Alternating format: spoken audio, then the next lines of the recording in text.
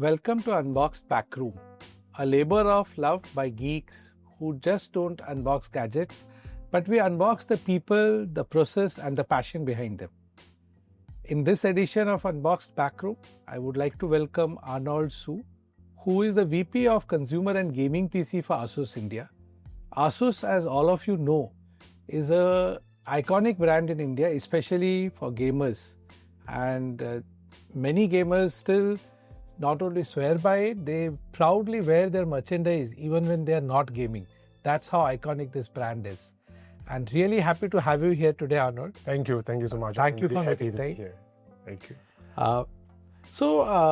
Arnold, all of us have been together on this journey. Yes. Of PCs evolving year after year. Yes. And I think in the middle we just went into a lull phase where there was nothing new happening. Yeah. But suddenly this AI PCs has come, like a storm.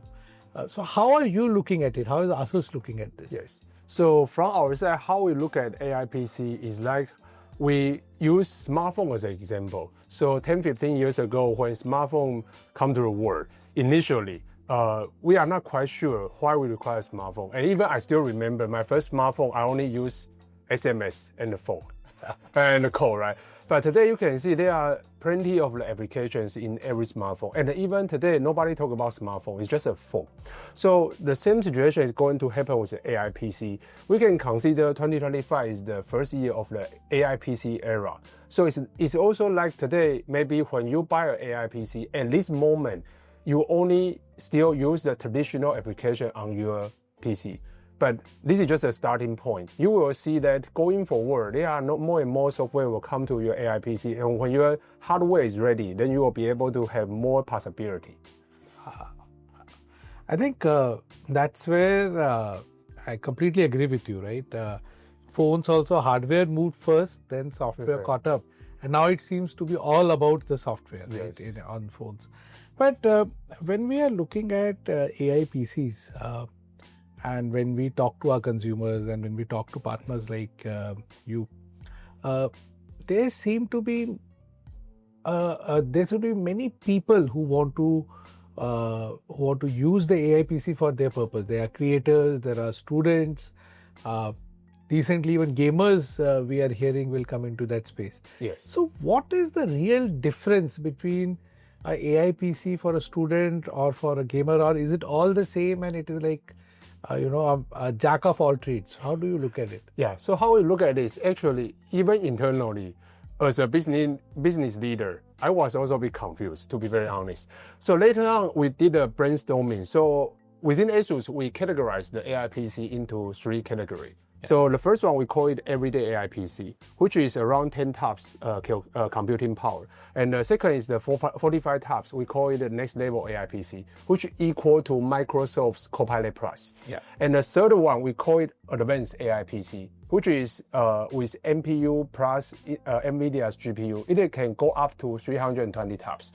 So, but this is only hardware definition. How does it correlate to our daily usage?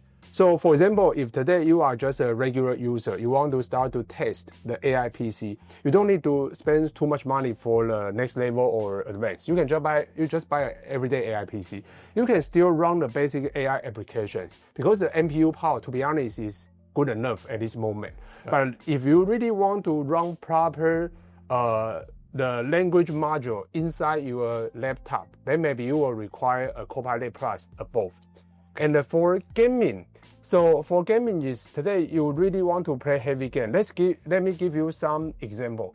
Like today when you are using the AR or VR machines, so at this moment why those helmet is so heavy, because at this moment the computing power of the PC is still not sufficient. So the helmet itself, you need to put a proper computing. But in future when the gaming AI PC is ready, so and also now we are in 5G, right? The 6G will come to the picture. When the 6G with the AI PC, then your helmet will become like a very basic lightweight glass. So all the computing will via 6G back to your laptop. Laptop do the computing, come back to you. Yeah, so this is why we require AI PC. Yeah. Wow. Oh, I really today, this is literally a TIL moment for me, today I learned moment. But I just feel bad. Basically, if I do only Word, Excel and Outlook, you're telling me not to get a AI PC. A daily use AI PC is what I should get. But it's really exciting. I'm glad you brought up the whole piece around the ecosystem, right? How do you see the ecosystem around AI PC evolve? Because a lot of people, when, for example, again, let's go back to our favorite example, smartphones, right? As smartphones got powerful, we moved from wired headphones to wireless headphones. And now, literally, again, it is making a comeback, but it is more as a retro thing. Yes, correct. So what do you think around the AI PC will change, apart from headset, but what else will change for us in the world? I think one of the key change we feel or we foresee, although it's not happened yet, but we see it is happening, is the way you interact with a PC. So now basically, no matter wire or wireless, at this moment when a human being interact with a machine, you still rely heavily on a keyboard, mouse. Okay, but with the proper computing power in front of you, now you will be able to talk to a PC direct. Although this sounds it's so easy in the smartphone, but actually, if today a PC without internet, how it is possible to let the PC interact with you, which means the entire AI should not be on cloud. The AI should be in your PC directly. Cool. But if you want the AI module in your PC should be powerful enough to do it. So for example, today, when why we want to move to AI PC era is in the past few years, we keep talking about the cloud computing. But during these 5-6 years, when we talk about cloud computing, we also notice the data security is one of the concerns. Because as a company, no matter from Croma, from ASUS, if you ask me to save all the secret data on cloud, although they will say that everything is perfect, but you will also have some uncertainty. Yes. So how do you make sure your data is secure and also you are easily accessible? Then you need a proper, powerful computing power, AI PC in front of you, instead of you do everything on cloud. On cloud. Yeah. Got it. And what will change in gaming? I keep hearing, of course, there are simpler things like frame rates will get adjusted and all of that. But experientially, I started playing on the media boxes, those Contra and all of those things, right? And then came the whole wave of Nintendo small ones, and then we went to the laptop, and then we went to PS5 and all of that. But how will the gaming experience change for a user? Yeah. So from gaming, I will talk from 2 points of view. One is more hardware related. One is more software related. Hardware related is, like I mentioned, going forward for the gaming ecosystem, when you are playing AR, VR games, it will become much easier. Because now one of the reasons when you put an AR helmet to play games, you can hardly play 20, 30 minutes because it's quite difficult. You got dizzy when you put that. But going forward, when this kind of helmet becomes so light, or even just a glass, and you are able to connect to the gaming AI PC in front of you, then you will be able to really play whole day. Yeah. And the second thing is about the in-game experience. Like today, if you play any RPG games, so currently for any types of RPG games, the conversation is already presetted. Got it. Right? You click that idol, right? He will give you certain answers. You have no other choice. You can only choose based on this you interact. Absolutely. But when you make the AI ready games, then you can imagine today ChatGPT, if this RPG game is powered by ChatGPT, wow, then the conversation become a real conversation. Yes. Yeah, and this is also going to happen. This is what all the game titles they are trying to integrate into their games.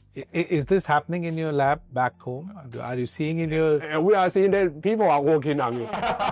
All the people are working on this. Yes.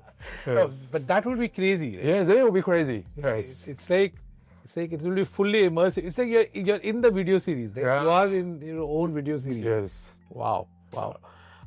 And how do we bring this to the consumer? I know we keep meeting so often, right? Discussing about bringing this to the consumer.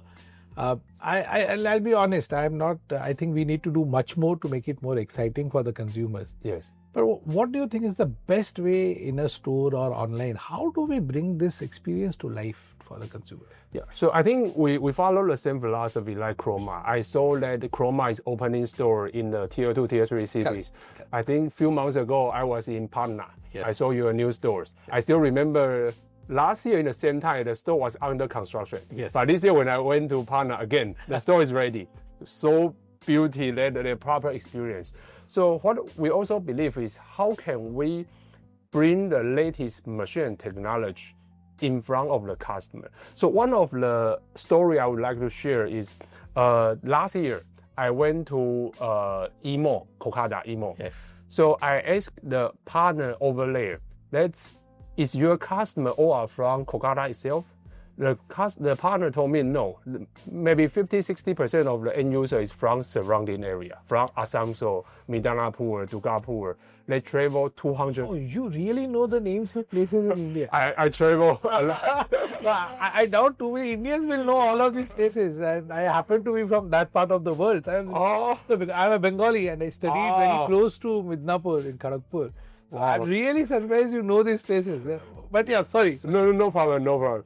Yeah, so then I think if 50% of customers come, they need to travel 200 kilometers, 300 kilometers from this location to Kokada, to Emo, to experience the product. We don't talk about buying, just to experience. He need to spend 3 hours, 4 hours, 5 hours on the train one way and come back. Then why don't we work with partner like you? We try to find the location there. And then when we open the store or when we work with you to have our presence over there, we will further attract the customer surrounding that Midnapur location. Because what we see is Kokada to Midnapur people is like, okay, this is a bigger town, I want to visit there. Yeah. But the surrounding taluka of Midnapur, they may not go to Kokada. They will consider Midnapur as their Kokada. Yes. So how can we jointly make more presence and bring the technology there? Because I feel one thing today in India is, like us, if we are sitting in Mumbai, we are talking about AI PC, we are talking about gaming, but there are lots of people in the upcountry, maybe they have a buying power and they are ready to spend, they are ready to experience, but they didn't get a chance. So how can we bring this opportunity to them? This will be an effort that we can jointly make. Yeah, and I think brings me to the next point, which I love about the whole ASUS family, is the community that you have, right? It's amazing. I think very, very, I have seen a lot of brands having fan following, but building a community is very few brands have built and held on to a community. What is your thinking? I'm not saying only in context of India. You've been with ASUS for some time now. How does ASUS think about this ROG community? Why?